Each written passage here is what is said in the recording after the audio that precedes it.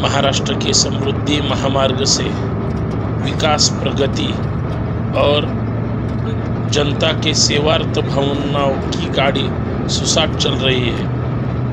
महाराष्ट्राच्या विकासासाठी महाराष्ट्राच्या प्रत्येक भागामध्ये मराठवाडा, विदर्भ आणि इतर कोकण, पश्चिम महाराष्ट्रात सुद्धा समृद्धी महामार्गाच्या निमित्ताने विकासाची गंगा जर वाहिली तर माननीय मुख्यमंत्री आणि उपमुख्यमंत्री महोदय, जनता तुम्हाला कधीही विसरणार नाही। याचा अर्थ लोकांना विकास हवाय, लोकांना प्रगतीच्या दिशेने काम करायचंय। तुम्ही फक्त चांगली कामं करा। धन्यवाद। ये देखिए अपने बारे में, कुछ अपने साथियों के बारे में जो बच्चे हैं, जो स्टूडेंट्स हैं, वो बता रहे हैं। और बहुत बड़ा दिन है आज महाराष्ट्र के लिए, गोवा के लिए, देश के लिए। जिस तरह से विकास की तमाम परियोजनाएं, 75,000 करोड़ रुपए की परियोजनाएं एक दिन में प्रधानमंत्री उनका शिलान्यास करेंगे और उद्घाटन करेंगे। तमाम वो परियोजनाएं जिनका प्रधानमंत्री ने 2016 में, 2017 में, 2019 में जिनका शिलान्यास किया था, उन सब का मोपा अंतर्राष्ट्रीय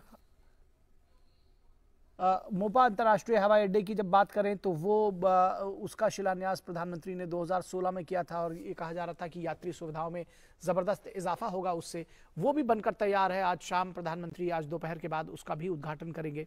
हमारे साथ में हमारे संवाददाता योगेश शीतल मौजूद हैं। योगेश, किस तरह से आज न सिर्फ नागपुर के लिए बल्कि महाराष्ट्र के लिए, गोवा के लिए आज बड़ा दिन है। 75,000 करोड़ रुपए से अधिक की परियोजनाएं प्रधानमंत्री आज महाराष्ट्र और गोवा के लोगों को समर्पित करेंगे। देखिए, अगर राज्य बात करें तो नागपुर की अगर महाराष्ट्र और गोवा की अगर बात करें तो ये लगता है कि इतने करोड़ की योजनाएं हैं और इंफ्रास्ट्रक्चर को लेकर एक पुश जो पीएम गति शक्ति कार्यक्रम है उसके तहत जो है वो दिया जा रहा है। लेकिन अगर आप क्षेत्र वाइज देखेंगे, रीजन वाइज देखेंगे तो मराठवाड़ा, नॉर्थ महाराष्ट्र और विदर्भ, इसके लिए आज का दिन काफी महत्वपूर्ण होने वाला है। क्योंकि जिस तरीके से सागरमाला या सड़कमाला परियोजना सरकार ने शुरू किया था उसको लेकर एक बहुत बड़ा लीड है। और जितने भी जो 10 जिले बताए जा रहे हैं, जो 10 जिलों से सड़क जा रही है, इसके अलावा 14 ऐसे जिले हैं जहां वो सीधे सीधे ये महामार्ग जो है वो प्रभावित कर रहा है, वहां से सीधे सीधे कनेक्टिविटी जो है वो इंश्योर हो रही है।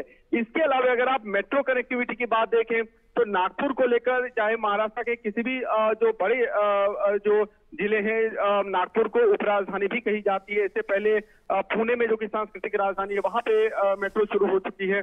अगर आप नागपुर की बात करें तो यहाँ पे जिस तरीके से धीरे धीरे करके इंडस्ट्रियलाइजेशन यहाँ काफी तेजी से हो रहा है, शहर काफी ज्यादा विकसित हुआ है। ऐसे में जो डिमांड थी ट्रांसपोर्टेशन की वो भी समय के साथ बढ़ रही थी, उसको कैटर करने के लिए जो है ये सब मेट्रो की जो फैसिलिटीज है, इसके अलावा ऑल्टरनेट मीडियम जो है, चाहे बैटरी ऑपरेटेड या सस्टेनेबल एनर्जी को लेकर जो पूरे सरकार का क्लाइमेट चेंज को पॉइंट में रखते हुए उन सब चीजों को मिला के मोबिलिटी सर्विसेज जो है उसको पुश दिया गया है। तो अगर आप देखें मेट्रो को लेकर तो आज का जो कार्यक्रम है, जो खापरी जहां पे भी प्रधानमंत्री थोड़ी देर में पहुंचने वाले हैं, यहाँ से 2 लाइन जो मेट्रो की है उसको यहाँ से वो हरी झंडी दिखाएंगे। एक ऑरेंज लाइन है और एक एक्वा लाइन है। तो इसके अलावा पीएम अभी इस वक्त जो मेट्रो में ट्रेवल भी कर रहे हैं और जो छात्राएं उनसे बात कर रहे हैं।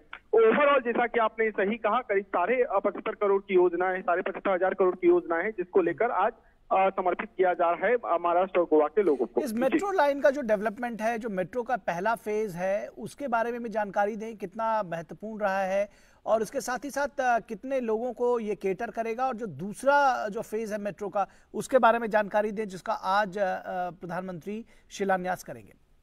देखिए, जो पहला फेज है करीब 8,650 करोड़ रुपया का इन्वेस्टमेंट जो है वो पहले फेज में किया गया था। और इसको लेकर बेसिकली जो महाराष्ट्र का जो सिटी, जो नागपुर का जो सिटी एरिया है उसको ये जोड़ता है। ये पहला मेट्रो का जो चरण था। जो दूसरा चरण जिसका आज आधारशिला जिसकी रखी जाने वाली है उसमें जो है करीब 67,500 करोड़ जो है उसकी कीमत जो है उससे पूरा प्रोजेक्ट जो है वो बना है।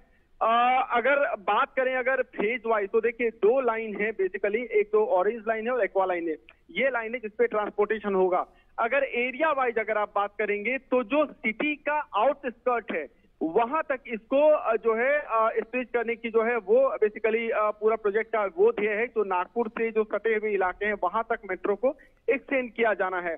आज जो पीएम का मेन कार्यक्रम है वो फेज 2 के जो है आधारशिला को लेकर है, और पहला जो फेज हो चुका है उसका जो शिलान्यास है, जो उसका जो राज्य को समर्पित करेंगे, जो देश को समर्पित करेंगे, उसका कार्यक्रम है। तो कुल मिलाकर अगर आप देखें तो मुंबई में मेट्रो की इस वक्त मुंबई में मेट्रो ऑलरेडी चल रहा है और कुछ अगले चरण का काम भी चल रहा है। इसके अलावा पुणे में, जिस तरीके से मैं आपको बता रहा था कि पुणे में योजनाएं मेट्रो की ऑलरेडी चली हैं, खुद पीएम ने उसको इनॉग्रेट भी किया था, और नागपुर जो है वहां पे कुल मिलाकर मेट्रो मिल रहा है। तो जिस तरीके से मैंने आपको कहा कि ओवरऑल जो कनेक्टिविटी को लेकर सरकार का पुश है, उसके लिए आज का दिन काफी महत्वपूर्ण है।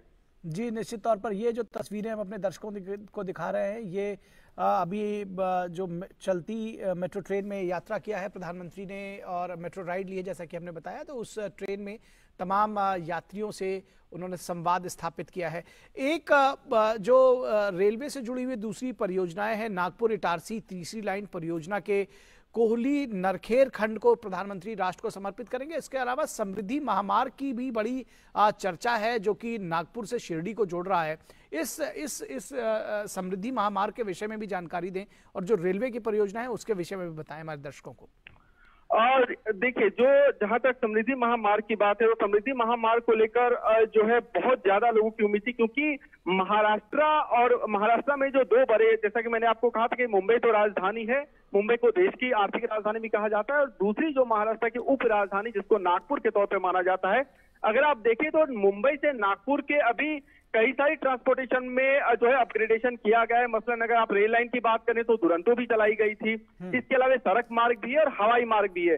लेकिन कोशिश ये की जा रही थी कि क्योंकि ये फार्मर बेस्ड एरिया है, रास्ते में जो है नागपुर से सटा हुआ अमरावती अगर आप ले लीजिए, पूरा विदर्भ रीजन अगर आप ले लीजिए, तो विदर्भ रीजन और मराठवाड़ा रीजन, यहाँ तक कनेक्टिविटी को किस तरीके से इस तरीके से बनाया जाए कि जो फार्मर है, जो किसान है, उनको उसका लाभ मिले, जो एपीएमसी मार्केट है वहां तक जो है लाभ पहुंच सके और कनेक्टिविटी सुदृढ़ हो सके, इन सब चीजों को साथ में लेते हुए। तो उसके लिए इसकी अवधारणा जो इसको अंगीकार किया गया था, और तब समृद्धि महामार्ग, जिसको हिंदू हृदय सम्राट बाला साहब ठाकरे समृद्धि महामार्ग के नाम से जाना जाएगा, इसको जो है इसकी शुरुआत की गई थी।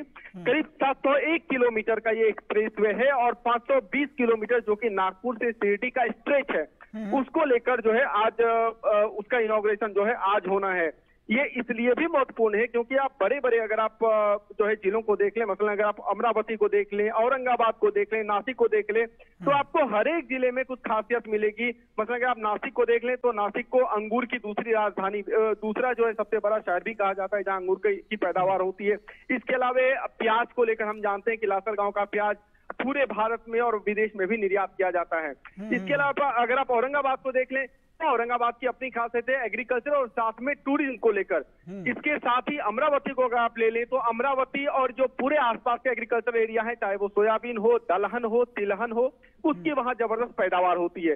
तो इन सब जो ये कुल 10 जिलों में, ये 3 जिलों का मैंने आपको नाम बताया, इसके अलावा अगर आप 14 जिले जो अलग अलग हैं, तो जैसे विदर्भ और मराठवाड़ा, नॉर्थ महाराष्ट्र के, इन सारे जो एग्रीकल्चरल बेल्ट है कुल मिलाकर, इसको सीधे सीधे कनेक्टिविटी जो है वो मुंबई से हो पाएगी। और कहा जा रहा है कि 8 घंटे में मुंबई से नागपुर की कनेक्टिविटी होगी, जो कि फिलहाल करीब 14 से 15 घंटा आपको लग जाता है ट्रेवलिंग में। तो कुल मिलाकर अगर आप देखें तो 7 से 8 घंटे की सीधे बचत जो है इस हाईवे पे होगी। इसके अलावा चूंकि जवाहरलाल नेहरू ट्रस्ट की अगर आप बात कर लीजिए, जवाहरलाल नेहरू पोर्ट ट्रस्ट है, टूरिस्ट लोकेशन जैसे अंजना एलोरा केव ले लीजिए, शिरडी ले लीजिए, वेरूल है, लोनार, ये सब जो एरिया है, यहाँ तक भी कनेक्टिविटी जो है होगी। तो कुल मिलाकर इसको एक गेम चेंजर की तरह माना जा रहा है। जो देवेंद्र फडणवीस जो कि यहाँ के उप मुख्यमंत्री हैं, उन्होंने भी कहा है कि ये जो महामार्ग है ये एक तरीके का गेम चेंजर होगा।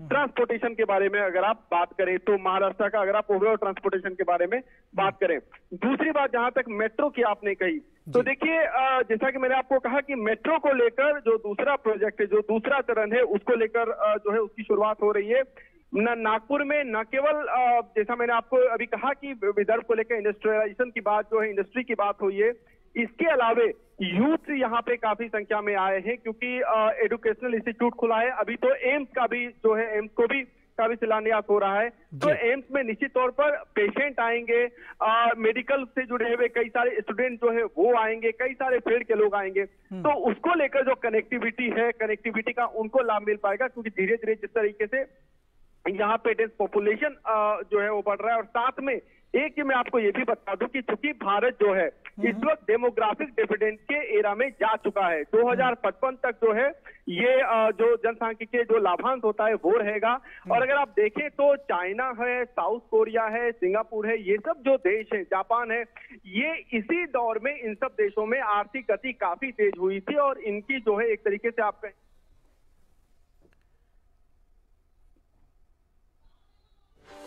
नागपुर मेट्रो रेल के फेज 1 का लोकार्पण करते हुए प्रधानमंत्री, ये सीधी तस्वीरें आप देख रहे हैं। प्रधानमंत्री ने काशी नागपुर मेट्रो रेल संगमम, यह एक फेज 1 का ऐतिहासिक कार्यक्रम है।